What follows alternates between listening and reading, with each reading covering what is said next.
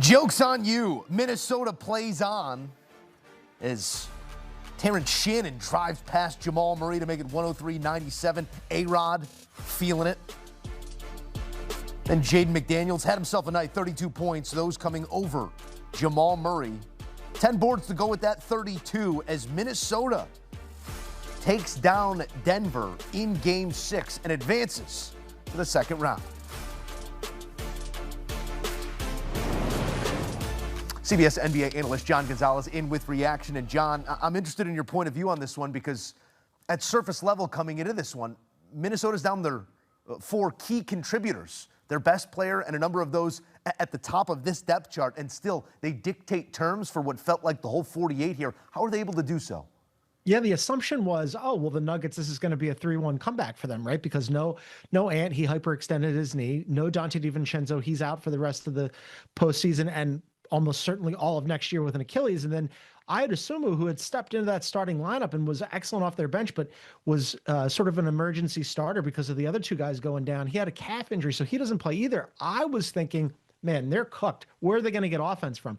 Well, here comes Jaden McDaniels. And for people who don't know, Jaden McDaniels is one of the most underrated two-way players in the NBA. He's an unbelievable defender, but he doesn't get enough credit offensively because on this team, he frequently doesn't have to be the main scorer, but tonight he was. He goes for a 32-point double-double. He had big play after big play at the defensive end. He absolutely locked down Jamal Murray, who had one of his worst games at the worst possible time tonight. And then, other contributions where you have Terrence Shannon, who steps into the starting lineup. He goes for 24 points. This is a guy who frequently does not play, who was out of the rotation. He had a start tonight. Yes, he needed 20 shots to get those 24 points, but just one turnover, had the ball in his hands a lot. This was a remarkable effort by the Wolves, who a lot of people, including me, counted out, thought they're done. And not only are they not done, but they're moving on. And man, the Nuggets have to be stunned right now. We will put them on the same court as the San Antonio Spurs here shortly. Denver certainly begs a couple questions here as well. And I'm glad you bring up Jamal Murray, 4 of 17 at the offensive end. But other end, even more telling for me, especially late in this game, it appeared that Minnesota was hunting the matchup, looking for Murray, whoever had the ball in their hands, going straight at him. I don't know if it was a lack of urgency, certainly not a lack of effort. What did you see from Murray tonight? Nothing good. I mean, yeah, they were absolutely hunting him on the defensive end. There's no doubt about that. And that's somewhat to be expected. Look, it's also not his fault entirely at the defensive end because this is a bad defensive team, the Nuggets. Mm-hmm. But on the offensive end, this is the #1 ranked offensive team in the NBA during the regular season. And the Wolves should really get some credit here because all 3 games in Minnesota, the Wolves held the Nuggets to under 100 points. And in this game, when Jamal Murray and the Nuggets are facing elimination, normally you get your best Jamal Murray. Tonight, you got a terrible offensive Jamal Murray. Not that I'm giving him a pass at the defensive end, but the offensive end is really where it's inexcusable because he can't go 4 for 17 in a win or go home game. Now they're going home. Joker showed up. He had a good second half, 28, almost a triple-double, almost a 28-point triple-double. Cam Johnson showed up on the offensive end. But Jamal Murray, who had his best season this year, was an all-star, is going to make all-NBA. That's a really bad time for him to have one of his worst games of the season. And then Christian Brown, he's had an awful year. He gave them absolutely nothing. This is one of the best teams on paper that Nikola Jokic has ever had assembled around him. Now, in the same way that they didn't have, the Wolves didn't have Ant and Dante DiVincenzo and Ayo, the Nuggets, it should be noted, did not have Aaron Gordon and Peyton Watson. Those are 2 big blows, 2 guys who they really could have used tonight and in this series.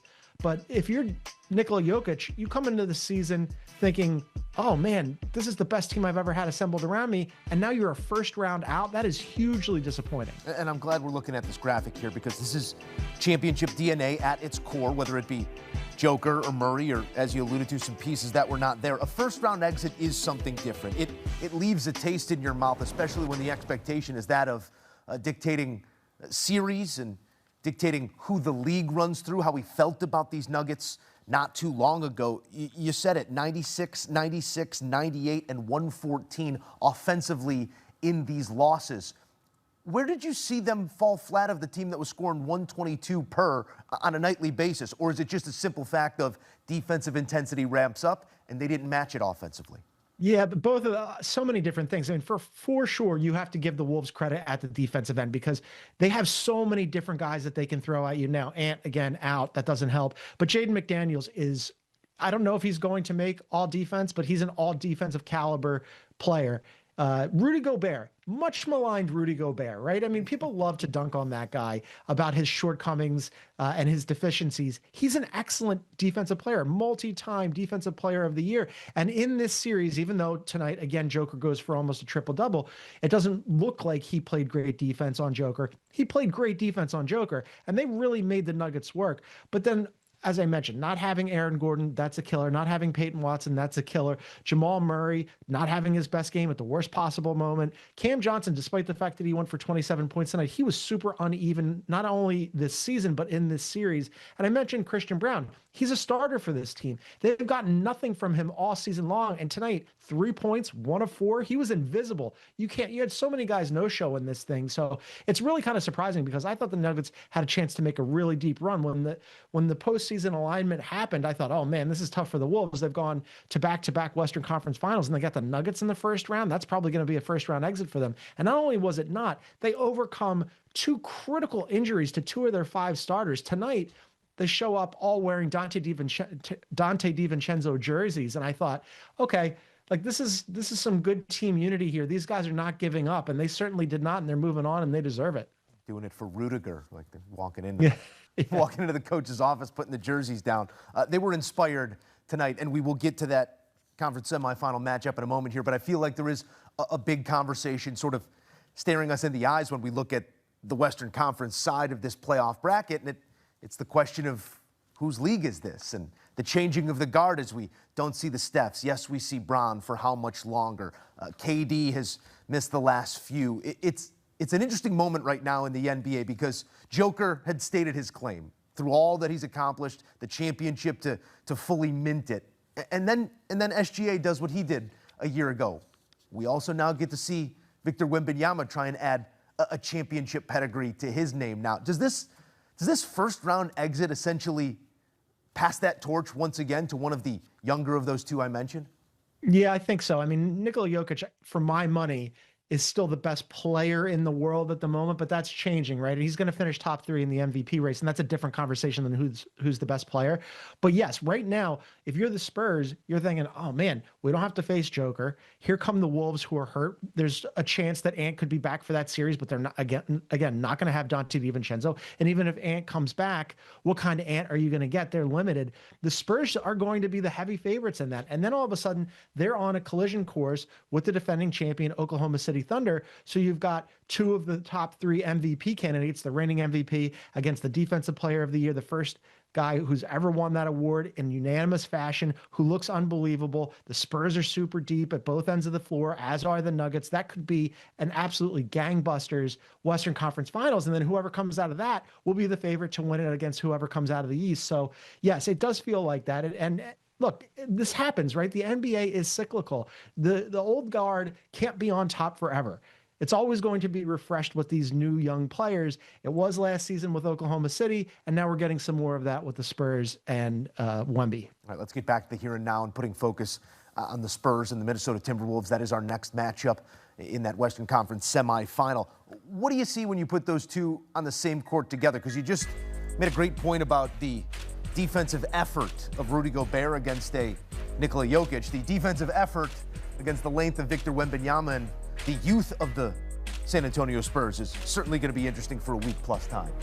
Yeah, but I mean, the Wolves are obviously a team that aren't going to lay down, right? I mean, they could have very easily, you lose your best player and your starting point guard, and you could have just said, oh man, this is it for us.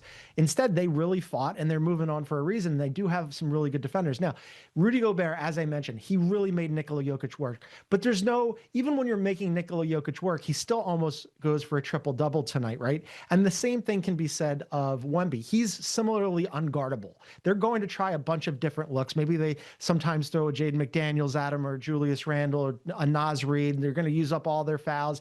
It's impossible to guard that guy. The difference here is that I think that the Spurs are obviously a much better 2-way team. This is going to be a bigger challenge for the Wolves because the Spurs can also defend. You know, earlier in this series against the Nuggets, Jaden McDaniels made that comment about, well, we don't care. Those guys don't guard, talking about the Nuggets. None of those guys guard. And I got the Nuggets a little upset, but he was right about that. The Nuggets don't guard. And you saw that tonight where they give up 24 points to Terrence Shannon, who, again, wasn't in the rotation for a giant chunk of the season. And Jaden McDaniels looks like he's one of the best offensive, like he's Jaylen Brown. He's out there scoring 32 points. So it's a much bigger challenge for the second round for the Wolves. The Spurs are going to be rested. They're going to be ready. They're deep. It should be a good series, but it's going to definitely be advantage Spurs. Another fun one on the way. John Gonzalez, we thank you.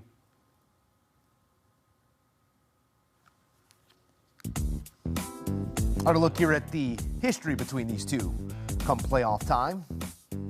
Pair of first-round series, a couple of years apart. San Antonio, a 3-1 winner in both of the prior. We'll see what Ant-Man's availability is or what they can do with Victor Wembanyama. Timberwolves, Spurs, next up.